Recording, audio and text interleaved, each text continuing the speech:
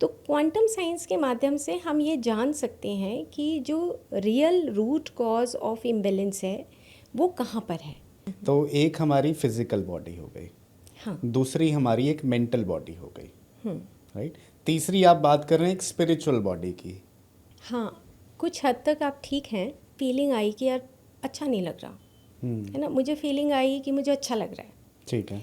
ये फीलिंग है। लेकिन अंदर से एक थॉट आया कि वो व्यक्ति अच्छा है या बुरा है ना, वो जो थॉट आया वो मेरी मेंटल बॉडी का हिस्सा है। ठीक है। लेकिन जो फीलिंग आई वो फीलिंग मेरी वाइटल बॉडी का हिस्सा है। कहीं ना कहीं हम अगर मन के तल पर और अपने प्राण के तल पर कहीं पर भी उसमें हमारा इम्बैलेंस होता है जी। तो वो इम्बैलेंस हमारे फिजिकल बॉडी के ऊपर आता है। ये जो तीनों बॉडीज हैं, क्या ये जन्म से ही डेवलप्ड वैसे आती हैं या फिर ये ऑनगोइंग प्रोसेस है जिसके साथ यानी जैसे जैसे हम आगे ज़िंदगी में बढ़ते हैं वैसे वैसे डेवलप होनी शुरू होती हैं? पर धीरे धीरे जैसे हम चाइल्डहुड से बड़े होते हैं तो धीरे धीरे ये डेवलप होती हैं। डेवलप होने का मतलब कि एक्सपीरियंस करती हैं, बट जन्म से ही हम इन बॉडीज़ को लेकर आते हैं। गुरु नानक देव जी जो अपनी एक वो स्पिरिचुअलिटी, वो अपना जो लेकर आए थे पर्सनालिटी, उन्होंने उसके अकॉर्डिंगली काम किया। लेकिन अब हर एक इंसान उतना इंक्लाइंड और डिवाइन नहीं होता। क्योंकि देखो, एक आम जो इंसान है वो इंस्टा के ऊपर है, वेबसाइट के ऊपर है, सोशल मीडिया के ऊपर है, उसको यही नहीं पता कि मेरा ब्रेन में कितना नुकसान हो रहा है ना। वो कॉन्टिन्यूसली बस वो देखता जा रहा है, उसको ये नहीं पता कि मेरे ब्रेन के अंदर जो मेरे न्यूरॉन्स हैं वो कितना इम्पोर्टेंस रखते हैं। अच्छा, एक मैं और चीज़ आपसे जानना चाह रहा था कि अभी क्या होता है ना कि हम बाहरली दुनिया के जो चीज़ें हैं, एलिमेंट्स हैं, उनको तो हम कंट्रोल नहीं कर सकते। नॉन अल्कोहलिक लिवर डिफेक्ट्स बहुत ज़्यादा हो रहे हैं। वेजिटेरियन फैमिलीज़ हैं, बिल्कुल यानी सात्विक खाना खाने की कोशिश कर रहे हैं, है ना, लेकिन उनमें इतना ज़्यादा वो नॉन अल्कोहलिक लिवर डिजीज़ हो रही हैं। उसका क्या कारण हो सकता है? अगर मैं स्पिरिचुअल एस्पेक्ट से देखूं जी। और इसमें लुइस एल हे की जो स्टडीज़ आई हैं, ये कहते हैं कि ना हर एक जो ऑर्गन है जी। उसके पास ना एक पर्टिकुलर इन्फॉर्मेशन होती है। ठीक है। ठीक है, जैसे हार्ट के पास अभी बात की कि हार्ट, लंग्स, थाइमस ग्लैंड और हमारा ब्रेस्ट एरिया, ये हमारा लव को रिप्रेजेंट करता है। ठीक है। ठीक है, सेम इसी तरीके से जो लिवर है वो रिप्रेजेंट करता है कि अगर हम किसी को एक्सेप्ट ना करें, किसी का एक्सेप्टेंस ना हो, मतलब मैं अभी उसको स्पिरिचुअल लेवल पे बता रही हूँ। ठीक है। खाने के तल पे नहीं बता रही ठीक है ना। जो हमारी लाइफ की डेली की जो थिंकिंग प्रोसेस है उसमें कहीं हमारे अगर एक कड़वाहट रहती है तो वो एक एनर्जी फ्लो करता है लिवर की तरफ। तो हमारे जो बड़े बुजुर्ग होते थे वो कहते थे जिगर, यानी तेरा जो जिगरा जो बहुत जिगरी, है, हाँ जिगरा बहुत है, तो दैट इज लिवर। तो यानी कहीं ना कहीं पे आजकल हमारा जो जिगरा है, जो हमारा जिगर है, वही कमज़ोर हो गया है। राइट ना, ब्यूटी है, लव है, जस्टिस है, अबंडेंस है ना, ऐसी क्वालिटीज़ हमारे अंदर हैं, ऑलरेडी हैं, एक्सप्लोर करने की बस ज़रूरत है। एक्सप्लोर करने की ज़रूरत है। राइट। वेद कुरान बन गए और कितने यानी बाकी हमारे जितने धार्मिक स्क्रिप्चर्स हैं वो बने। डू यू फील कि जो स्पिरिचुअलिटी है वो धर्म का पार्ट है या वो एक सेपरेट एंटिटी है? धर्म एक्चुअली हमने फिजिकल लेवल पे ले लिया। अब शरीर अगर गलत सोचता है, अगर शरीर और मन मिल के गलत सोचते हैं, द्वेष करते हैं, तो कौन सी जात हो गई, कौन सा धर्म हो गया? शरीर तो शरीर है ना। बहुत ही अच्छे से आपने एक्सप्लेन किया। ਸਤਿ ਸ਼੍ਰੀ ਅਕਾਲ ਜੀ। ਪੰਜਾਬ ਟੁਡੇ ਦੇਖ ਰਹੇ ਸਾਰੇ ਦਰਸ਼ਕਾਂ ਦਾ ਬਹੁਤ-ਬਹੁਤ ਸਵਾਗਤ। ਮੈਂ ਹਾਂ ਗੁਰਸੇਵਕ ਸਿੰਘ ਤੇ ਤੁਹਾਡਾ ਬਹੁਤ ਸਵਾਗਤ ਹੈ ਅੱਜ ਦੇ ਪੋਡਕਾਸਟ ਦੇ ਵਿੱਚ। ਅੱਜ ਦਾ ਪੋਡਕਾਸਟ ਹਿੰਦੀ ਵਿੱਚ ਹੋਣ ਵਾਲਾ ਕਿਉਂਕਿ ਜੋ ਸਾਡੇ ਨਾਲ ਸਟੂਡੀਓ 'ਚ ਗੈਸਟ ਮੌਜੂਦ ਨੇ, she is coming from a Hindi speaking background and ਜੋ ਸਾਡਾ ਟੌਪਿਕ ਹੈ, we want to take it to a huge audience और वो पॉसिबल है सिर्फ हिंदी के माध्यम से। तो इस पॉडकास्ट को हम हिंदी में करेंगे और ये टॉपिक जो आज हम इसके ऊपर इस पॉडकास्ट में हम शामिल कर रहे हैं, ये टॉपिक आप सबके साथ रिलेटेड है। इसमें हम माइंड की बात करेंगे, सोल की बात करेंगे, हमारी फिज़िकल एंड मेंटल एबिलिटीज़ की बात करेंगे, आयुर्वेदा की बात करेंगे, औषधियों की बात करेंगे, डाइट की बात करेंगे, लेकिन एक ओवरऑल हम स्पिरिचुअलिटी की बात भी करेंगे। सो मैं स्वागत करना चाहता हूँ हमारे स्टूडियो में doctor Sangeeta Nehra ji. She is MD in Ayurveda and PhD in quantum science, right. So ma'am, आपका बहुत बहुत स्वागत है आज के पॉडकास्ट में। Thank you so much. So doctor Sangeeta Nehra, she is former director of ministry of AYUSH, government of Haryana. So ma'am, जब हम आयुष की बात कर रहे हैं और साथ साथ में जो आपका PhD का टॉपिक है, इन दोनों का कॉम्बिनेशन में हम समझना चाहते हैं कि आयुष, आयुर्वेदा और क्वांटम साइंस का क्या तालमेल है और क्या कॉम्बिनेशन है। Yes, actually Ayush is a acronym. A for Ayurveda, Y for Yoga and Naturopathy, U for Unani, S for Siddha, H for Homeopathy. Ayush is parallel to health. Health is with the modern science, modern medicines, and Ayush with the traditional medicines.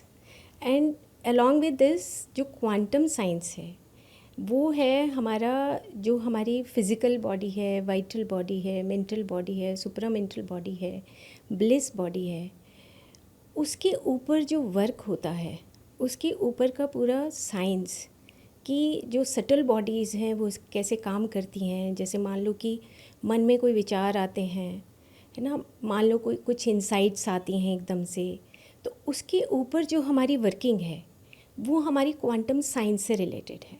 Even कि जो आयुर्वेदा है वो भी ऐसे ही बोलता है कि आयुर्वेदा, जब हम फर्स्ट ईयर में जब कभी पढ़ते थे तो आयुर्वेदा में पढ़ाया जाता था कि शरीर, इंद्रियां, मन, आत्मा, इन सब का संगम शरीर है। लेकिन अगर हम आज के परिप्रेक्ष्य में देखें तो वो जो शरीर है वो सिर्फ एक फिज़िकल बॉडी तक ही सीमित रह गया। राइट। तो जो क्वांटम साइंस है, जब मैंने PhD किया तो मेरे को ये बात समझ आई डीपर लेवल पर कि सच में हमारी जो वाइटल बॉडी है, यानी कि जो प्राणमय शरीर है, जो मेंटल बॉडी है, जो मनोमय कोश है, जो सुप्रा मेंटल बॉडी है, जो हमारा कारण शरीर है, उनके अंदर हमारे कुछ कोड्स छुपे हुए होते हैं। यानी कि अगर हम कुछ इम्बैलेंस होते हैं तो इम्बैलेंस हमारी फिज़िकल बॉडी के ऊपर दिखाई देता है, लेकिन है कहाँ, वो हमारी उस दूसरी जो सूक्ष्म शरीर है उनके अंदर छुपा हुआ होता है। ओके। तो क्वांटम साइंस के माध्यम से हम ये जान सकते हैं कि जो real root cause of imbalance है वो कहाँ पर है। ओके। यानी ये आई थिंक बहुत हैवी वर्ड्स हो गए हैं, और इसको हम थोड़ा सा सरल भाषा में अगर बात करना चाहें तो एक हमारी फिजिकल बॉडी हो गई, हाँ, दूसरी हमारी एक मेंटल बॉडी हो गई, राइट, तीसरी आप बात कर रहे हैं एक स्पिरिचुअल बॉडी की। हाँ, तो ठीक है।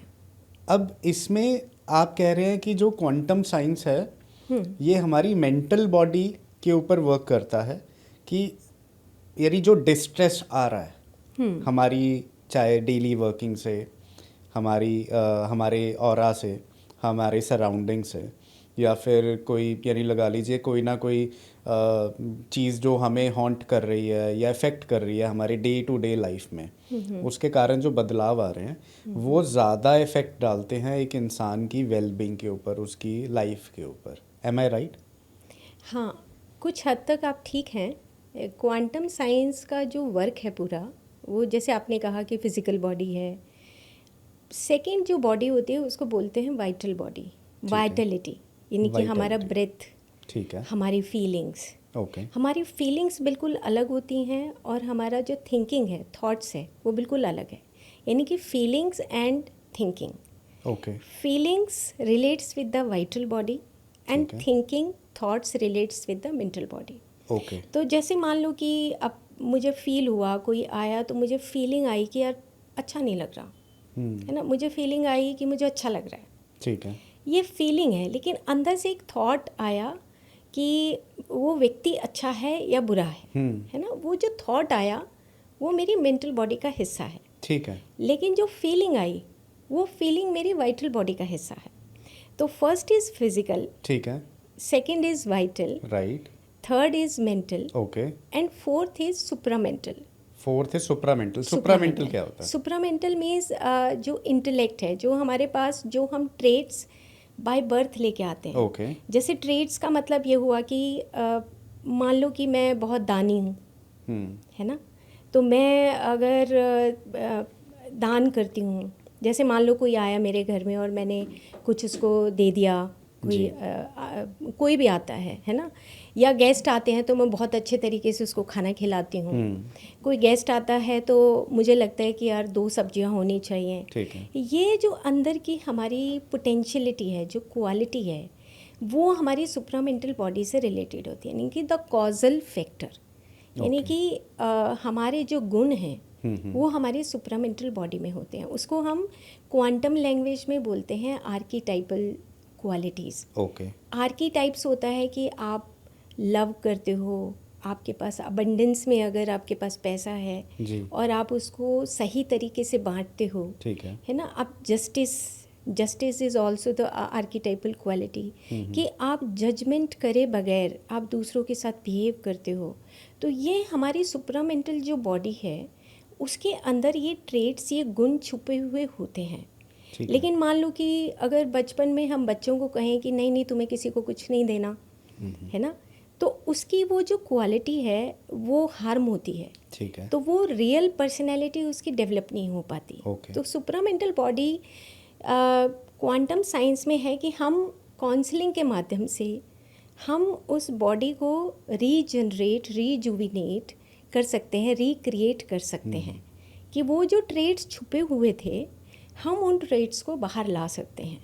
तो क्वांटम साइंस क्या कहती है कि आप सिर्फ फिजिकल बॉडी को एक रिप्रेजेंटर है वो, कि मान लो मन में एक विचार आया कि मेरे को बहुत लालच है, गुस्सा है, तो मेरी फिजिकल बॉडी के ऊपर वो सिर्फ एक रिप्रेजेंटेशन के रूप में आएगा कि अच्छा ये तो बंदा बहुत गुस्से वाला है, राइट, है ना। तो लेकिन ये आया कहाँ से?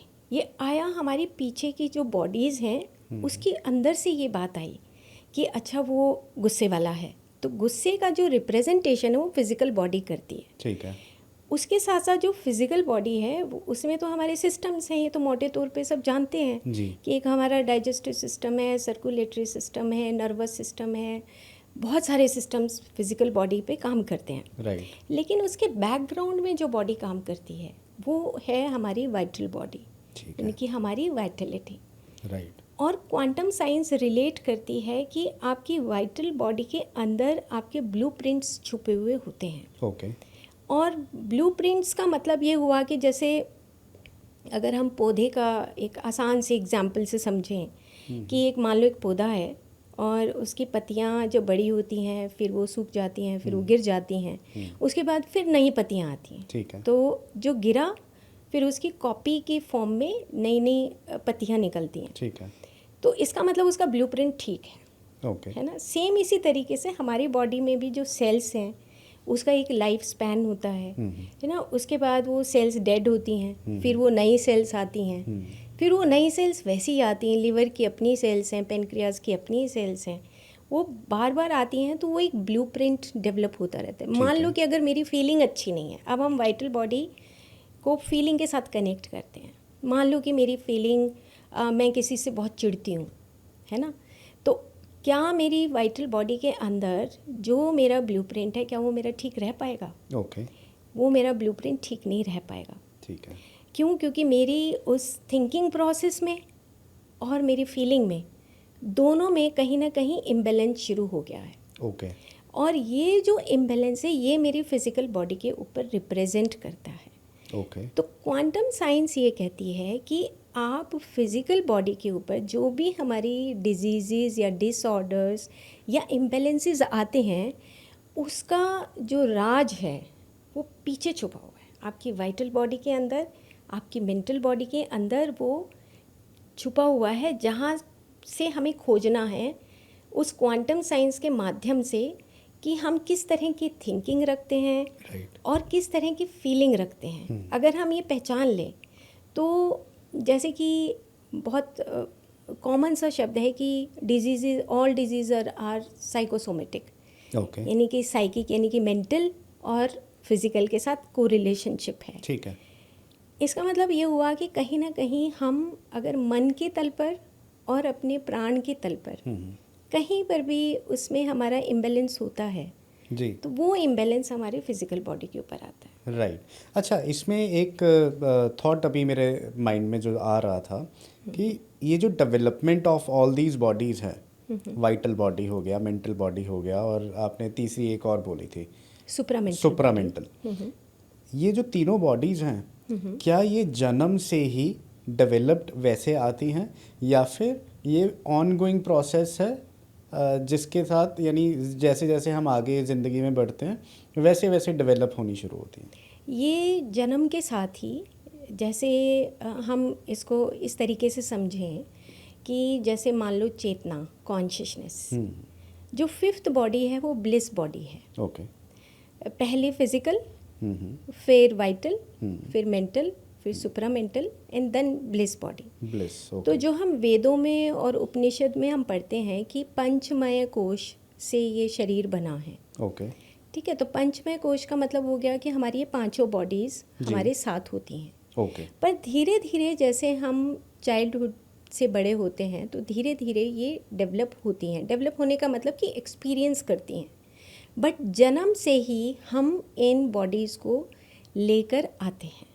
ओके। अब ये मैं क्यों कह रही हूँ, क्योंकि मैं लास्ट 15-20 ईयर से बहुत सारी ऐसी साइंटिफिक बुक्स पढ़ी, जैसे कि थियोसॉफिकल सोसाइटी की जो बुक्स हैं, उसमें ह्यूमन बीइंग का जो बताया गया है, जो पंचमय कोश है, कि वो एक इंडिविजुअल सोल के साथ, ओके। और उसका supramental body, mental body, vital body and physical body, ठीक है। ये वो अपने साथ कैरी करके जब सोल आती है तो उसके पास ये पांचों बॉडीज़ होती हैं। राइट। पंचमय कोश होता है। ठीक है। पर जैसे जैसे सोसाइटी का सराउंडिंग होता जाएगा, जैसे कि मान लो कि अब बॉडीज़ तो सब ठीक हैं, लेकिन सोसाइटी ये कहती है कि जात पात होती है, जी। सोसाइटी ये कहती है कि अमीर होना चाहिए, सोसाइटी ये कहती है कि बड़ा घर होना चाहिए, तो फिर हमारा मनोमय कोश जो है, जी। वो मनोमय कोश उस सोसाइटी के अकॉर्डिंग वो सीखता है, ढलना शुरू हो जाता है। ढलना शुरू हो जाता है। जैसे जैसे अभी एक बच्चा अगर बहुत छोटा है, हाँ, वो एक स्पिरिचुअल बीइंग निकल के आया है, यानी वो स्पिरिचुअली ज़्यादा इंक्लाइंड हाँ, है ना। लेकिन जब वो ग्रो हो रहा है और वो देखता है, जैसे गुरु नानक की बात कर लेते हैं, तो गुरु नानक देव जी जब उनके पिताजी ने उन्हें 12 आने दिए कि जाके बिज़नेस शुरू कर, और उन्होंने जाके लंगर लगा दिया और साधुओं को, भक्तों को खाना खिला रहे हैं, है ना। तो वो आई थिंक वो जो अपनी एक वो स्पिरिचुअलिटी, वो अपना जो लेकर आए थे पर्सनालिटी, उन्होंने उसके अकॉर्डिंगली काम किया। लेकिन अब हर एक इंसान उतना इंक्लाइंड और डिवाइन नहीं होता, तो एक नॉर्मल ह्यूमन बीइंग वो कहीं ना कहीं पे सोसाइटी के एस्पेक्ट्स के अकॉर्डिंगली अपने आप को ढालना उसको पड़ता है, या फिर उसे फोर्स किया जाता है। यस, या फिर हम यूँ भी कह सकते हैं कि जो हमारी सराउंडिंग में सबसे पहला जो सोसाइटी का फर्स्ट यूनिट आता है वो फैमिली है। जी। अगर फैमिली में वो अपग्रेडेशन नहीं है, या फैमिली उन वैल्यूज़ को नहीं जानती है ना, तो अगर उन वैल्यूज़ को नहीं जानेगी तो वो फैमिली में बच्चा बड़ा हो रहा है, वो उस सराउंडिंग को देखता है कि मेरी मदर ऐसा करती है, मेरे फादर ऐसा करते हैं, मेरी फैमिली ऐसा करती है। अब ऐसे करते करते वो बड़ा हो रहा है, और ऐसे बड़ा होते होते उसका जो मनोमय कोश है, उसमें वो सब चीज़ें, मनोमय कोश वो होता है कि जहाँ पे आपकी मेमोरीज़ हैं, आपके एक्सपीरियंसेस हैं, आपका थॉट प्रोसेस है, आपके 5 सेंसेस काम कर रहे हैं ना, आपके 5 मोटर सेंसेस काम कर रही हैं। ये सारी जो इंद्रियां हैं, जिसको हम आयुर्वेद लैंग्वेज में कहें कि 10 इंद्रियां और मन मिल के काम करते हैं जी। तो वो कहीं ना कहीं वो जो फैमिली जो फर्स्ट यूनिट है, वहीं पे हमें इस चीज़ को बताना चाहिए कि तुम यहाँ पर आए हो एक सोल इवोल्यूशन के लिए, सोल मेकिंग प्रोसेस के लिए आए हो, और वो माइंड मेकिंग प्रोसेस नहीं, सोल मेकिंग प्रोसेस। माइंड तो सिर्फ हेल्प करता है। जैसे आपने कहा गुरु नानक जी की बात की, ऐसे ही जब मस्कीन जी को मैं बहुत साल पहले, लगभग 20 साल पहले जब मैं सुनती थी, तो उनकी एक मुझे लाइन याद आ रही है। वो बोलते थे कि मन तू ज्योत स्वरूप, अपना मूल पिछान। मतलब मन तो एक जस्ट एक रिफ्लेक्टर है, वो सोल की अगर रिफ्लेक्शन में रहेगा तो चमकता रहेगा, तो ज्योत स्वरूप है। लेकिन मन अगर इंद्रियों में उलझ गया तो बार बार यही बात आती है कि मन तू ज्योत स्वरूप अपना मूल पिछान, तेरी मूल प्रकृति, just to light yourself. Okay.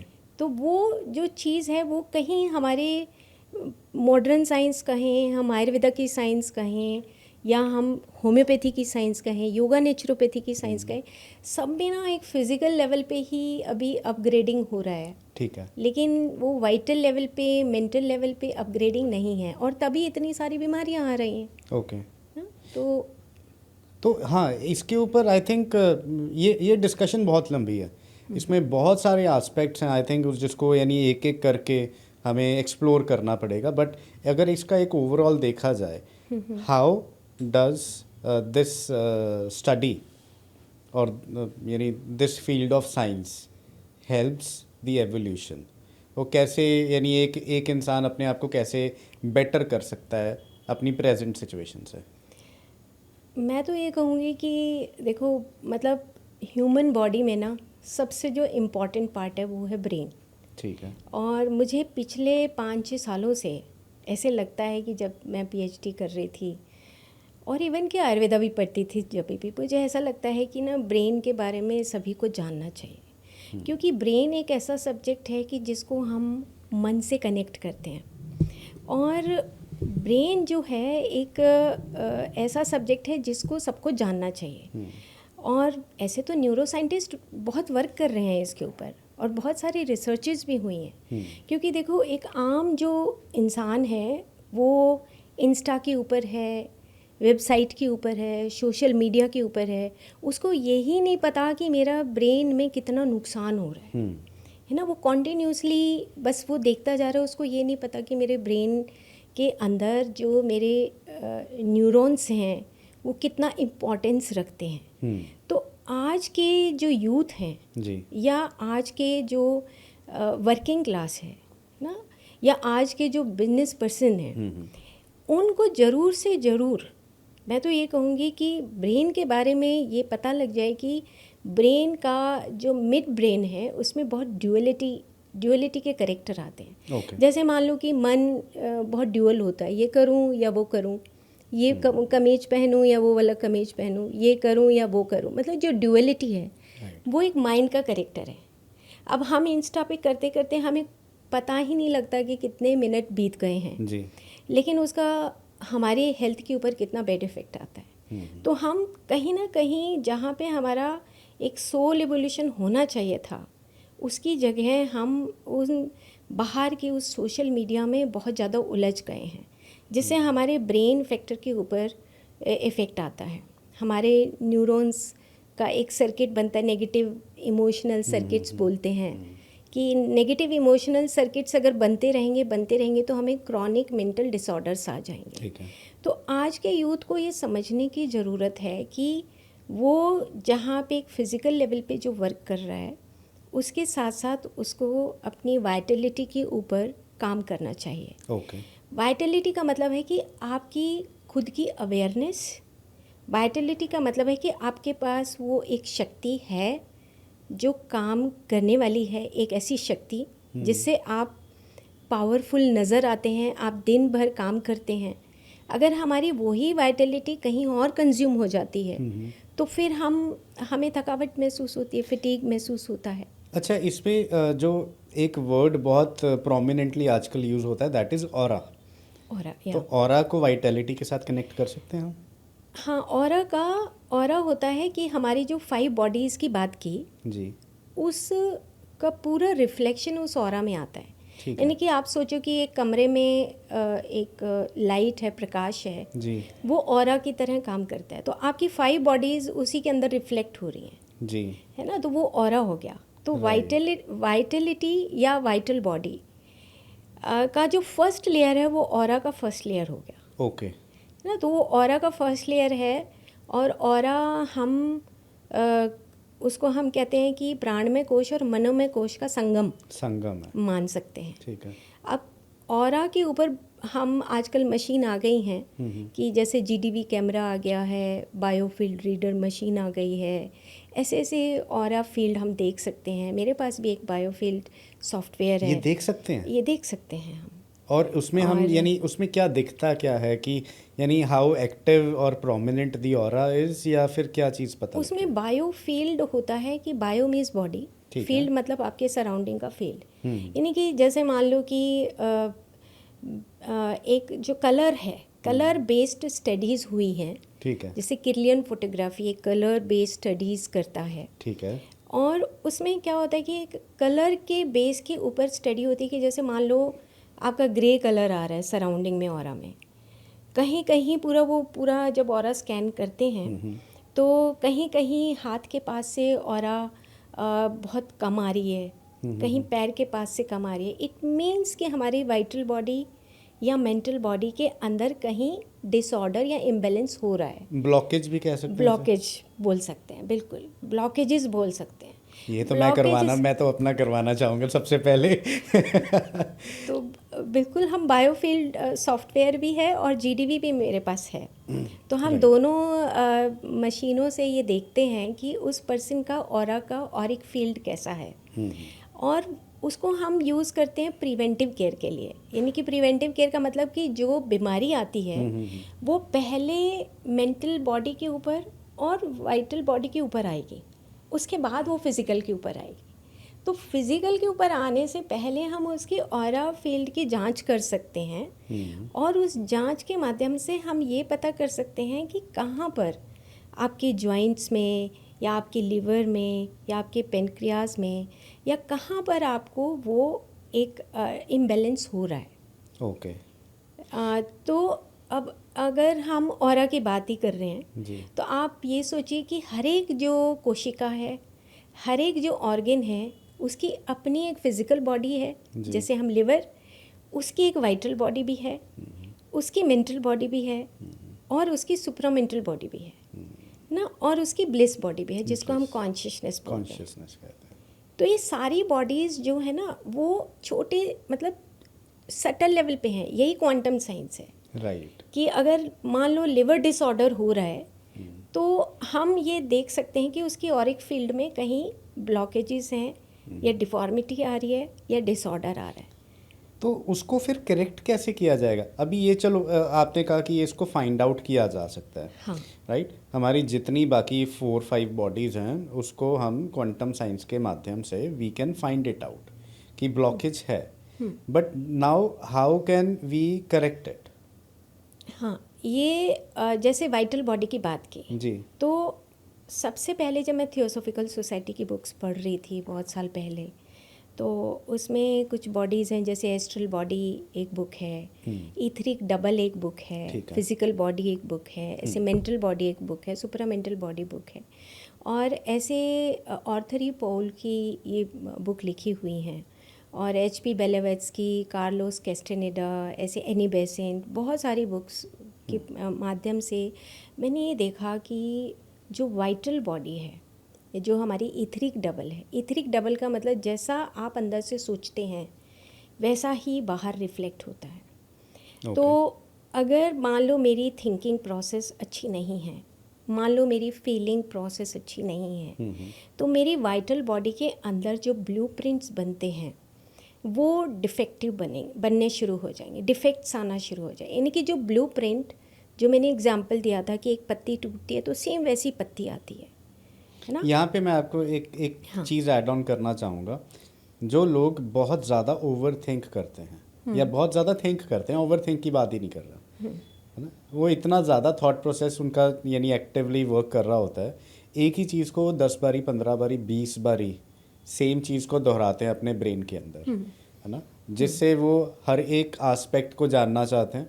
कहीं ना कहीं पे जितना जो देखा गया वो नेगेटिव होता है ना, कि वो नेगेटिव थॉट प्रोसेस सोच रहे हैं। जैसे कि मान लो आज मैंने इंटरव्यू देने जाना है तो मैं इंटरव्यू के बारे में सोच रहा हूँ, यार मेरा तो क्या ही होगा, पता नहीं होगा नहीं होगा, पता नहीं कैसे जाएगा, क्या करूँगा। तो उसका जो कॉन्शियसनेस, अब जो कॉन्शियस बॉडी की आपने ब्लिस बॉडी की बात की, वो इफेक्ट हो गया, उसका जो वाइटल बॉडी है वो भी इफेक्ट हो रही है, उसका ऑरा डाउन हो रहा है। क्यों? क्योंकि वो उसका सेल्फ कॉन्फिडेंस ही डाउन हो रहा है, वो अपने आप को क्वेश्चन कर रहा है बार बार। सिमिलर जब देखते हैं कि आज यानी not just in this time but I think overall देखा जाता है कि जो एक विमेन होती है उनका जो कॉन्शियसनेस होती है वो ज़्यादा होती है, या उनका एक सिचुएशन को अंडरस्टैंडिंग या फिर किसी की ऑरा कैचिंग एबिलिटी उनकी ज़्यादा होती है। लेकिन उसी टाइम पे उनका जो ये ओवर थिंकिंग वाला एस्पेक्ट है वो भी बहुत ज़्यादा होता है, कहीं ना कहीं पे जो उनके डिसीजन मेकिंग को हैम्पर करता है। और उन यानी जो चीज़ पॉजिटिव भी चल रही होती है ना, कहीं ना कहीं हम उसे सोच के नेगेटिव कर लेते हैं। Do you believe this? ये होता है? नहीं, मेल फीमेल तो नहीं कहेंगे, नहीं, ओवर थिंकिंग के एस्पेक्ट से बात की ओवर जाए। थिंकिंग के एस्पेक्ट से भी मेल फीमेल को हम नहीं डिफरेंशिएट करेंगे। मतलब मैं ये कह सकती हूँ कि अपनी पर्सनल व्यू या अपनी जो मैंने स्टडी की है कि ना एक हमारे ब्रेन के कुछ पार्ट्स होते हैं, कुछ पार्ट्स हैं जो ड्यूअलिटी क्रिएट करते हैं। जैसे हम कहते हैं कि ड्यूअल होना, जैसे कि ओवर थिंकिंग होना कि ये करेंगे या ये नहीं करेंगे ना। लेकिन एक होता है कि आपका क्लैरिटी ऑफ माइंड है कि मुझे बस यही करना है ना, एक तरफ हो जाएंगे। तो डॉक्टर जो डिस्पेंजा के अकॉर्डिंग वो कहते हैं कि एक दिन में 70,000 थॉट्स आते हैं। लेकिन अगर हम उनको फिल्टर करते हैं तो हम कुछ ही थॉट्स को एक्टिवेट कर पाते हैं, एक्शन में ला पाते हैं। हर किसी थॉट को नहीं ला पाते।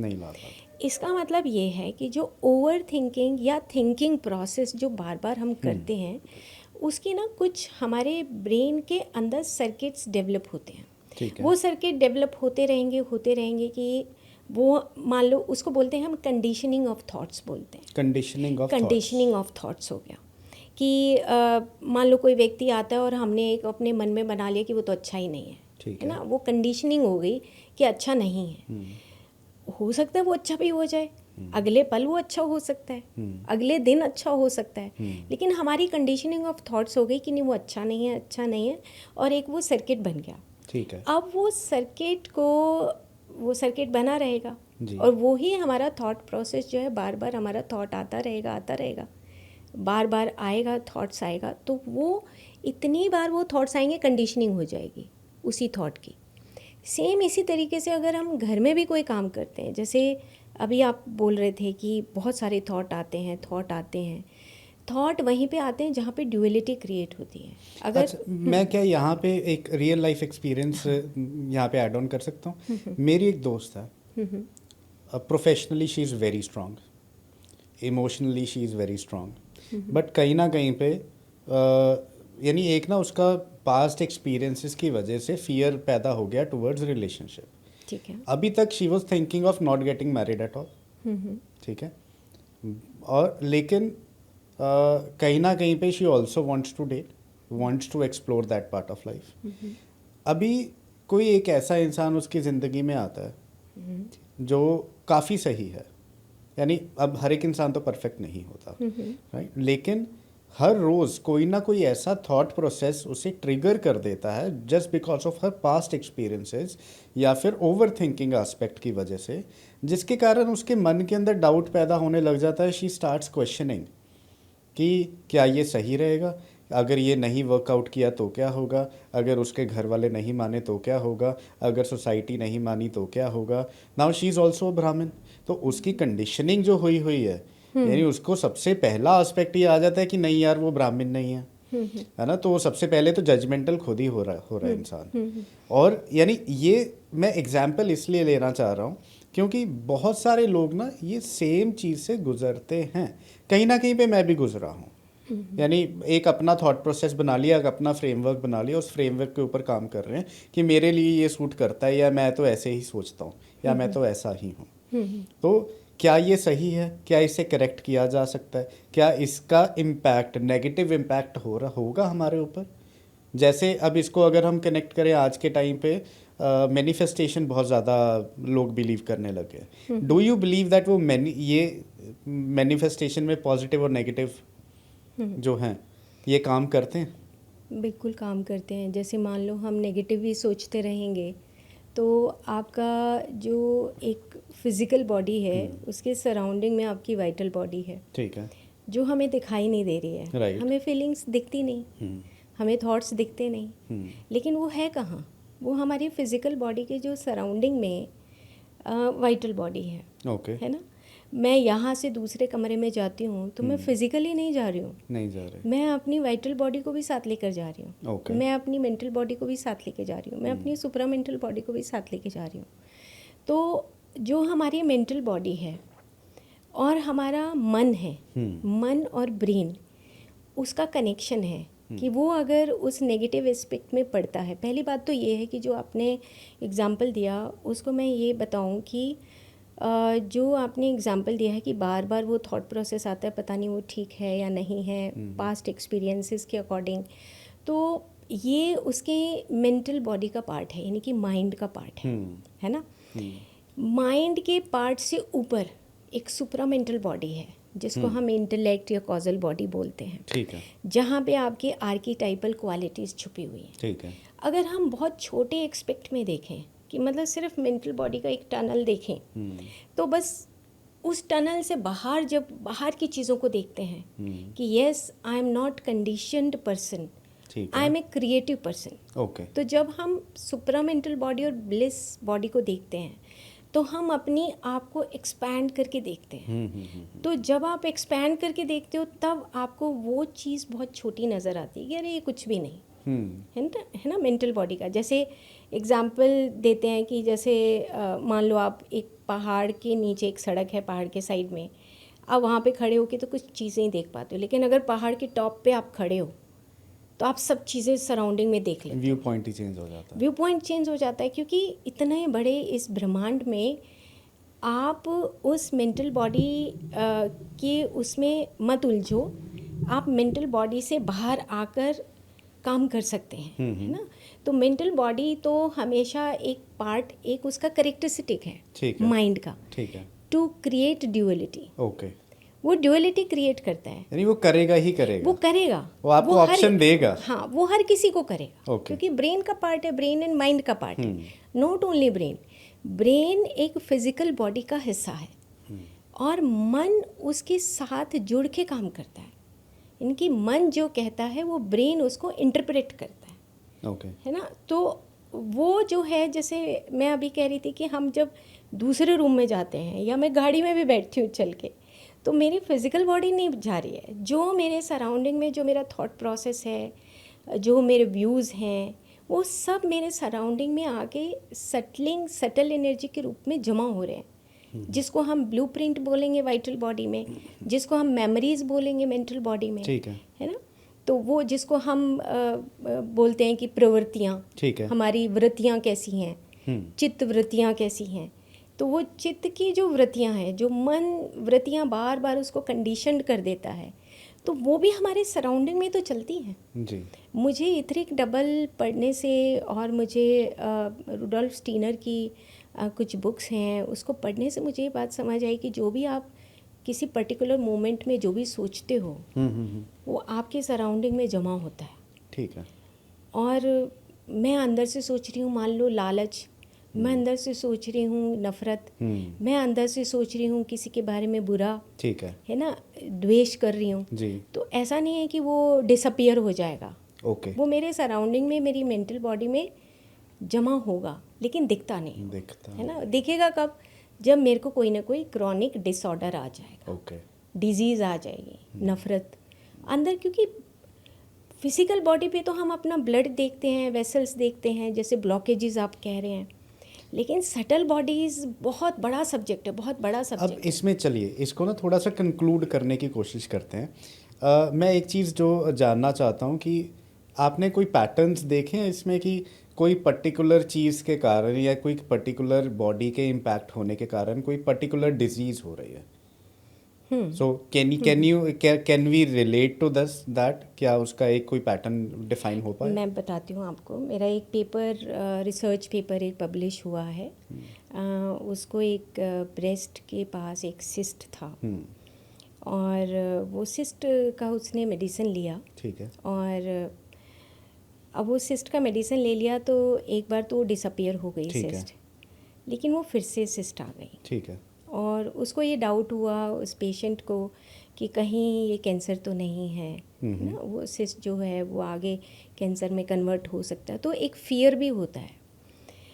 तो जो डॉक्टर हैं कैंसर की, ब्रेस्ट कैंसर के स्पेशलिस्ट हैं, उन्होंने मेरे को कहा कि आप देखो कि इसका कौन सा ऐसा पैटर्न है जो बार बार ये सिस्ट आ रही है और उसमें पस फॉर्मेशन हो रहा है। तो वो मेरे पास काउंसलिंग के लिए आई। तो मैंने उससे पूछा कि आपके घर में कौन कौन है। तो जैसे आपने कहा कि रिलेशनशिप, तो मैंने उससे जब पूछा तो उसने कहा कि हस्बैंड बहुत अच्छे हैं, बच्चे बहुत अच्छे हैं, इन लॉज के साथ में रहती हूँ। तो बार बार वो जो इन लॉज हैं और उसका जो एक कन्वर्सेशन है हर रोज़ का, उस कन्वर्सेशन में कहीं मिसअंडरस्टैंडिंग है, वो खुश नहीं है, उधर से भी खुशी नहीं है, उधर से भी खुशी नहीं है। तो मैंने उसकी काउंसलिंग की सिटिंग स्टार्ट की और सिटिंग के दौरान मैंने उसको समझाया कि ये तेरी फिज़िकल बॉडी है, यहाँ पे तेरे ब्रेस्ट का जो एरिया होता है ना वो लव एरिया होता है। Okay. Breast, heart, lungs, thymus gland, ये ऐसे पोर्शन हैं हमारे चेस्ट के कि जहाँ पे लव वो रजिस्ट करता रहता है, ठीक है, वहाँ पे। और अगर हम मान लो प्यार नहीं करते, हम अपनी उस लव फील्ड को एक्सपैंड नहीं करते, श्रिंक करते हैं, नहीं नहीं मुझे तो अपनी सास से प्यार नहीं है, मुझे अपने ससुर से प्यार नहीं है, या मुझे कोई और घर में फैमिली मेम्बर रहता है, तो वो श्रिंकेज शुरू हो जाती है। तो मैंने उसको समझाना शुरू किया कि देख तेरी फिज़िकल बॉडी के ऊपर ये आ रहा है, इट मीन्स कहीं तेरी वाइटल फील्ड में उस ब्लूप्रिंट में कहीं डिफेक्टिव ब्लूप्रिंट बन रहे हैं। ठीक है। तो उसने कहा कि मैं कैसे ठीक करूँ इसको। तो मैंने कहा ठीक है, हम नाड़ी शुद्धि प्राणायाम करते हैं। तो नाड़ी शुद्धि क्या करता है कि आपकी पूरी बॉडी के उस ब्रीदिंग साइकिल को के माध्यम से उस वाइटल एनर्जी को फ्लो करता है, मतलब पूरा बहने लगता है वाइटल एनर्जी आपकी वाइटल बॉडी के अंदर। तो नाड़ी शुद्धि से क्या होता है कि आप एक नाड़ी लेफ़्ट से सांस लेंगे, उसी से छोड़ेंगे, फिर राइट से लेंगे, फिर लेफ़्ट से लेंगे। तो उसने उस प्रोसेस को पूरा फॉलो किया 5 मंथ्स तक। वो हमारी वाइटल बॉडी का करेक्शन हो गया। मेंटल बॉडी का करेक्शन ये था उसका कि काउंसलिंग के माध्यम से मुझे ये लिखना था कि वो कहाँ कहाँ पे अपनी सास और ससुर से इरिटेट होती है। तो वो जैसे जैसे मैं क्वेश्चन पूछती तो उसने कहा कि मुझे इस चीज़ से इरिटेशन है, इस चीज़ से। तो मैंने कहा अब तेरे को और उसको एक गुड रिलेशनशिप डेवलप करनी है। तो क्वांटम में बोलते हैं this is the tangled hierarchy, कि develop the good relationship between each other. Okay. तो उसने कहा कि ठीक है, मैं उसको मैनेज करूँगी। मैं जैसे उसने कहा कि मेरी सास बहुत अच्छा खाना बनाती है, तो मैंने कहा तुम अप्रिशिएट करो उसको कि खाना अच्छा बनाती है। अगर तुम उसके नेगेटिव एस्पेक्ट को देखोगे तो तुम्हारे ब्रेन के अंदर वही नेगेटिव इमोशनल सर्किट्स डेवलप होंगे। तो मेंटल बॉडी का काम क्या है कि उन चीज़ों को तोड़ के एक नए सर्किट्स को डेवलप करना। ओके। है ना। तो धीरे धीरे वो 5-6 महीने में उसका पूरा वो प्रोसेस काउंसलिंग के माध्यम से मेंटल बॉडी की हीलिंग हुई और उसकी वाइटल बॉडी की हीलिंग हुई। और जो रूट कॉज था, जो सुप्रा मेंटल बॉडी में जो उसके ट्रेट्स गुण छुपे हुए थे, एप्रिसिएशन जैसे, तो वो उसको बाहर लेकर आई। ठीक है। तो तीनों बॉडीज़ की हीलिंग के माध्यम से उसकी सिस्ट फिर आई नहीं, वो ख़त्म हो गई। तो ये एक उसका पैटर्न था कि मुझे एक्सेप्टेंस नहीं थी उसको ओके। अपने इन लॉज के प्रति कह लीजिए, फैमिली के प्रति कह लीजिए। राइट। तो वो पैटर्न उसका टूटा तो ठीक हो गई। एंड उनके रिलेशंस भी रिलेशंस अच्छे हो गए। 100% और फिर ये पेपर हमने पब्लिश किया। तो डॉक्टर संगीता नेहरा के नाम से हम उसका वो अगर देखेंगे तो रिसर्च पेपर पब्लिश हुआ and it was a wonderful research paper, जिसके ऊपर मेरे को ये कॉन्फिडेंस आया कि यस, अगर हम किसी से प्यार से बात करते हैं, किसी को अप्रिशिएट करते हैं, तो हमारी बॉडी की हीलिंग खुद पे खुद होती है, मेडिसिन लेने की ज़रूरत नहीं होती। तो कुछ उसने अपने अंदर से वो जब बदलाव लाया तो फिर उसके अंदर वो चेंज आया। राइट। अच्छा, एक मैं और चीज़ आपसे जानना चाह रहा था कि अभी क्या होता है ना कि हम बाहरली दुनिया के जो चीज़ें हैं, एलिमेंट्स हैं, उनको तो हम कंट्रोल नहीं कर सकते। तो मेरी जब भी किसी से बात होती है या फिर काफ़ी सारे दोस्त हैं, जब वो फ़ोन करते हैं डिस्कशन करने के लिए अपने अपने, यानी कोई डिस्ट्रेस में है या कोई भी चीज़ है, तो मेरा जेन्युइनली थॉट आता है, मैंने कहा यार बाहर के एलिमेंट्स का तो हम कंट्रोल नहीं कर सकते, तो उसके बारे में सोचना ही क्यों। हम अपने आप को कंट्रोल कर सकते हैं, अपने थॉट्स को कंट्रोल कर सकते हैं, तो उसको बेटरमेंट, उसके ऊपर फोकस कर लो। तो क्या ये अप्रोच सही है? बिल्कुल सही है, 100% सही है। इसको मैं ऐसे बोलती हूँ कि देखो, आपकी एक टेरिटरी है। टेरिटरी का मतलब वही, फिर से वही फिजिकल बॉडी, जी आपकी वाइटल फील्ड, आपकी मेंटल फील्ड, आपकी सुप्रामेंटल फील्ड, है ना, आपकी ब्लिस फील्ड। जी ये इतनी बड़ी फील्ड है, उसके उस फील्ड के परली तरफ, जी परे कोई दूसरा व्यक्ति है। उस दूसरे व्यक्ति की जो लाइफ जर्नी है वो जन्म परंपरा के अकॉर्डिंग, मतलब कि उसकी लाइफ जर्नी, इस लाइफ की लाइफ जर्नी, पास्ट लाइफ की इनकारनेशनल जर्नीज क्या रही हैं हमें नहीं पता, ठीक है ना। तो हम उसको पर्सन को एज इट इज़ एक्सेप्ट करें पहले तो। ठीक है। फर्स्ट रूल इज़ कि आप एक्सेप्ट करो और अपने हार्ट के नज़दीक लेकर आओ। ठीक है। उसको अगर हम हार्ट के नज़दीक नहीं लेकर आएंगे, हमारे लंग और हार्ट तो वैसे ही ख़राब हो जाएंगे। ओके। मतलब एक्सपेंशन चाहिए हमें, अपनी उस हार्ट का एक्सपेंशन चाहिए। हार्ट इज़, मैं तो हमेशा बोलती हूँ कि हार्ट कोई पंपिंग मशीन नहीं है। हार्ट को आपको दिल खोल के बात करनी चाहिए और लोगों को अपने उस सराउंडिंग की टेरिटरी में उसको लाना चाहिए, एक्सेप्ट करना चाहिए, सुनना चाहिए। आपके पास इतने सुंदर सुंदर आपकी 5 सेंसेस हैं, आपको देखने का कला है, सुनने की कला है ना, छूने की कला है। हम ये कला ही भूल गए, नफरत से भरे हुए हैं, ईगो से भरे हुए हैं। और कहीं ना कहीं पे, क्योंकि पहले एक इंटरेक्शन होता था, फिजिकल इंटरेक्शन होता था, अब वो वर्चुअल इंटरेक्शन हो रहा है, वो वर्चुअल होता है ना। फ़ोन पर देख रहे हैं, और नहीं आ रहा ना ही हम वो। और कहीं ना कहीं पे जब हम मैं ना टेक्स्ट मैसेजेस अवॉइड करता हूँ बहुत ज़्यादा। क्योंकि मुझे उस इंसान के ना उसकी फीलिंग नहीं समझ आ रही होती कि वो किस भाव से लिख रहा है ना। वो हो सकता है वो प्यार से लिख रहा हो, मेरा दिमाग इस टाइम पे फ्रस्ट्रेटेड है और मैं उसको अपने तरीके से ले जाऊंगा और फिर मैं उसकी मिस इंटरप्रिटेशन करूंगा, मिस कम्युनिकेशन होगा और वो लड़ाई में कन्वर्ट हो जाएगा या फिर वो नफरत में कन्वर्ट हो जाएगा। एक और थॉट मेरे दिमाग में जो आ रहा था, अभी आप देखा जाएगा कि ना पंजाब में स्पेसिफिकली ना लिवर रिलेटेड डिजीज़ बहुत है, क्योंकि Punjabi people are more prone to drinking कहते हैं। लेकिन चलो जो ड्रिंक कर रहे हैं वो तो अल्कोहलिक, यानी हमारा वो हो गया, लिवर डिफेक्ट हुआ। नॉन अल्कोहलिक लिवर डिफेक्ट्स बहुत ज़्यादा हो रहे हैं। वेजिटेरियन फैमिलीज़ हैं, बिल्कुल यानी सात्विक खाना खाने की कोशिश कर रहे हैं, है ना, लेकिन उनमें इतना ज़्यादा वो नॉन अल्कोहलिक लिवर डिजीज़ हो रही हैं। उसका क्या कारण हो सकता है? अगर मैं स्पिरिचुअल एस्पेक्ट से देखूं जी, और इसमें लुइस एल हे की जो स्टडीज़ आई हैं, ये कहते हैं कि ना हर एक जो ऑर्गन है जी, उसके पास ना एक पर्टिकुलर इन्फॉर्मेशन होती है। ठीक है। ठीक है, जैसे हार्ट के पास अभी बात की कि हार्ट, लंग्स, थाइमस ग्लैंड और हमारा ब्रेस्ट एरिया, ये हमारा लव को रिप्रेजेंट करता है। ठीक है। ठीक है, सेम इसी तरीके से जो लिवर है वो रिप्रेजेंट करता है कि अगर हम किसी को एक्सेप्ट ना करें, किसी का एक्सेप्टेंस ना हो, मतलब मैं अभी उसको स्पिरिचुअल लेवल पे बता रही हूँ, ठीक है। खाने के तल पे नहीं बता रही ठीक है ना। भोजन उसका सपोर्टिव एंगल हो सकता है, लेकिन सारी बीमारियाँ भोजन से नहीं होती हैं।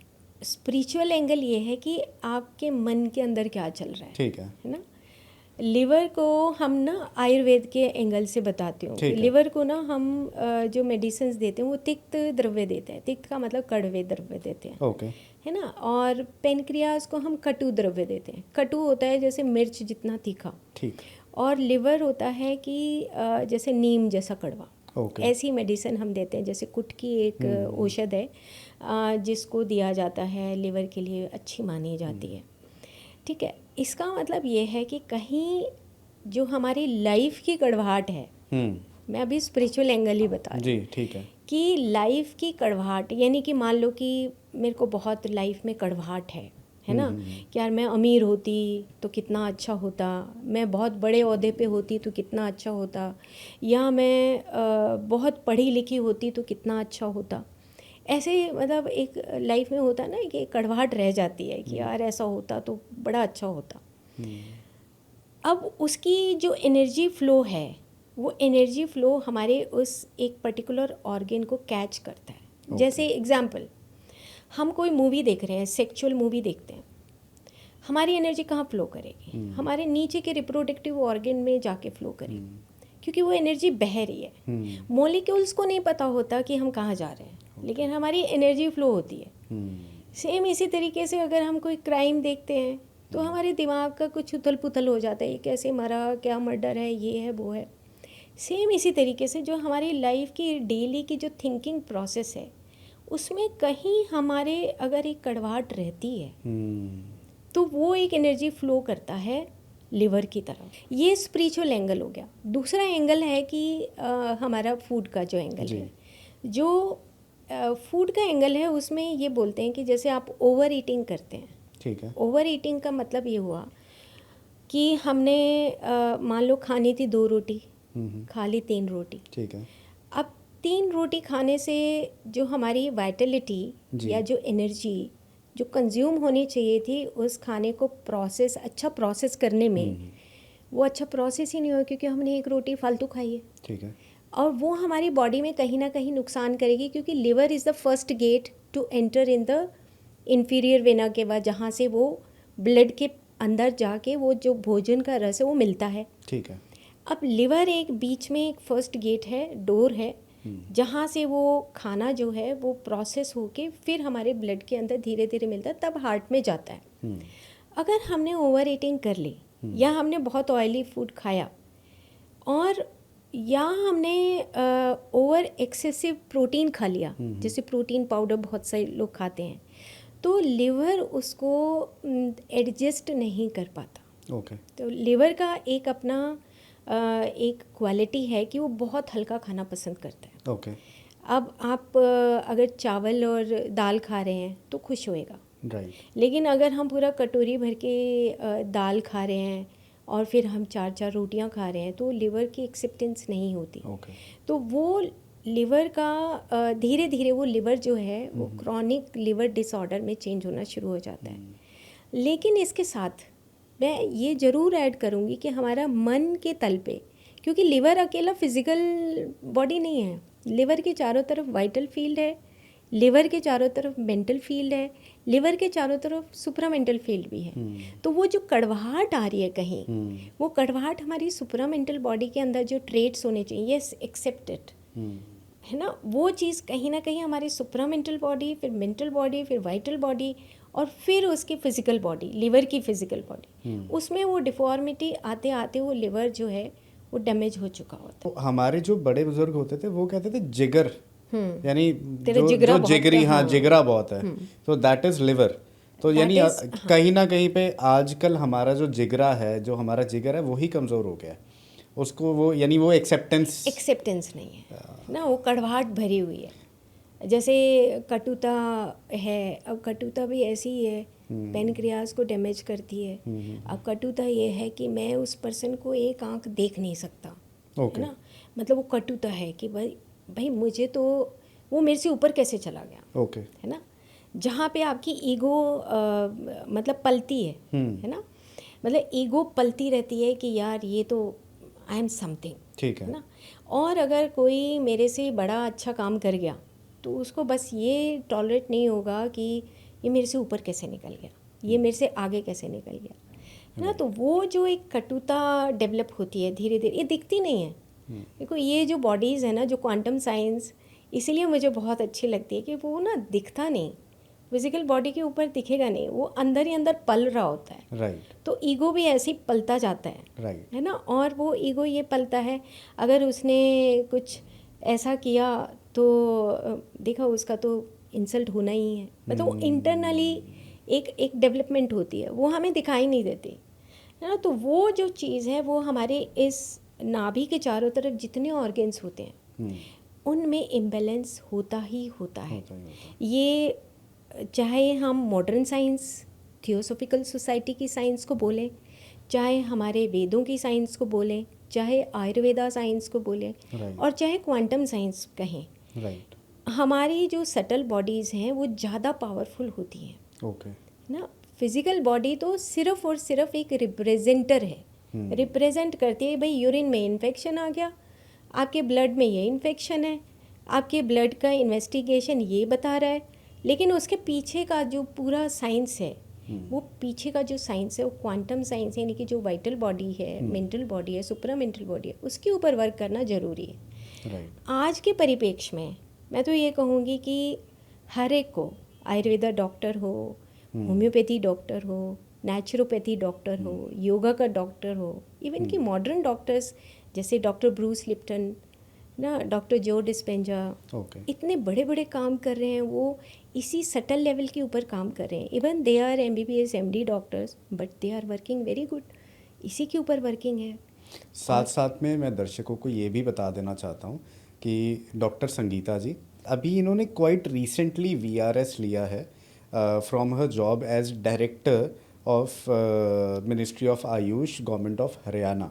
और जितनी भी सारी ये चीज़ें शेयर कर रहे हैं, और ये स्पेसिफिकली आपने जो VRS लिया, ये आप क्योंकि आप क्वांटम साइंस के ऊपर काम करना चाह रहे हैं और स्पिरिचुअल फील्ड के अंदर जो काम करना चाह रहे हैं, इसीलिए आपने वो VRS लेने का डिसीजन लिया, राइट? नहीं, बिल्कुल। मैं VRS तो लगभग 5-6 साल पहले से ट्राई कर रही थी, ओके, बट अभी एक्सेप्टेंस हुआ VRS का, तो ठीक मैं है। तो बहुत थैंकफुल हूँ हरियाणा गवर्नमेंट की, उन्होंने मेरे को वॉलंटरी रिटायरमेंट दे दिया। और मेरा पर्पज़ यही है कि जो भी मैंने अपने लाइफ में जो पढ़ाई की है, उसका जो एक्सपीरियंस किया है, और मॉर्निंग में उठ के जो मैं मेडिटेट करती हूँ और अपनी बॉडीज़ के साथ कनेक्ट करती हूँ, उस हायर कॉन्शियसनेस के साथ कनेक्ट करती हूँ, उसकी आज की डेट में समाज को या मुझे खुद पर्सनली बहुत ज़रूरत है कि समाज एक ऐसी दौड़ में बह रहा है जहाँ पर हम बहुत सुपरफिशियली भागते जा रहे हैं, ओके, और उसको देख के कहीं ना कहीं मुझे लगता है कि हमें इसके ऊपर काम करना चाहिए, स्पिरिचुअलिटी के ऊपर, मॉरल वैल्यूज़ के ऊपर, क्योंकि हम ना एक प्रोडक्शन हाउस बन गए हैं, चाहे हमारे डॉक्टर्स हों, चाहे हमारा एजुकेशन सिस्टम हो ना, चाहे हमारा बिजनेस सिस्टम हो, हमारा एनवायरमेंटल सिस्टम हो, मतलब हम एक प्रोडक्शन हाउस हो गए कि चलो जी ये निकला और ये बच्चा जो है CBSE ICSE करके कुछ ना कुछ अच्छी बड़ी जॉब कर लेगा।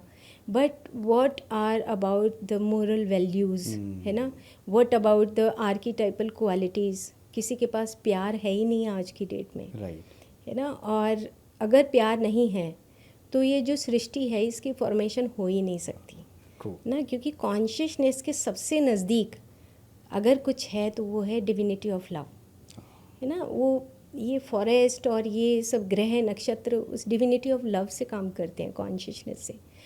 तो हमारे अंदर भी ऐसे ही हर परिवार में वो प्यार भरा होना चाहिए जी, है ना। अगर वो प्यार नहीं है तो फिर हमारे ऑर्गेन्स हों, हमारे सिस्टम हो, क्या फ़र्क पड़ता है? कितनी बड़ी गाड़ियाँ हों, कितने बड़े घर हों, कितने बड़े फार्म हाउसेज हों, पैसा हो, क्या फ़र्क पड़ता है? उससे कोई फ़र्क नहीं पड़ता। राइट, फ़र्क पड़ता है कि हमारे अंदर जो आर्कीटाइपल क्वालिटीज़ हैं वो डेवलप होनी चाहिए, है ना। ब्यूटी है, लव है, जस्टिस है, अबंडेंस है, ऐसी क्वालिटीज़ हमारे अंदर हैं, ऑलरेडी हैं, एक्सप्लोर करने की बस ज़रूरत है। एक्सप्लोर करने की ज़रूरत है। राइट।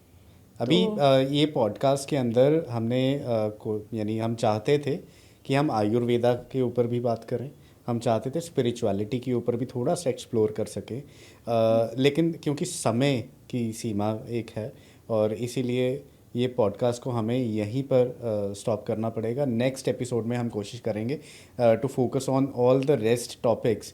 लेकिन जाते जाते मैम मैं चाहता हूँ कि जो आज करंट एक जो मेजर सवाल जो मेरे दिमाग में बहुत लंबे समय से चल रहा कि जब हम ये सारी बॉडीज़ की बात करते हैं ना कहीं पे इसको स्पिरिचुअलिटी या धर्म के साथ जोड़ दिया जाता है।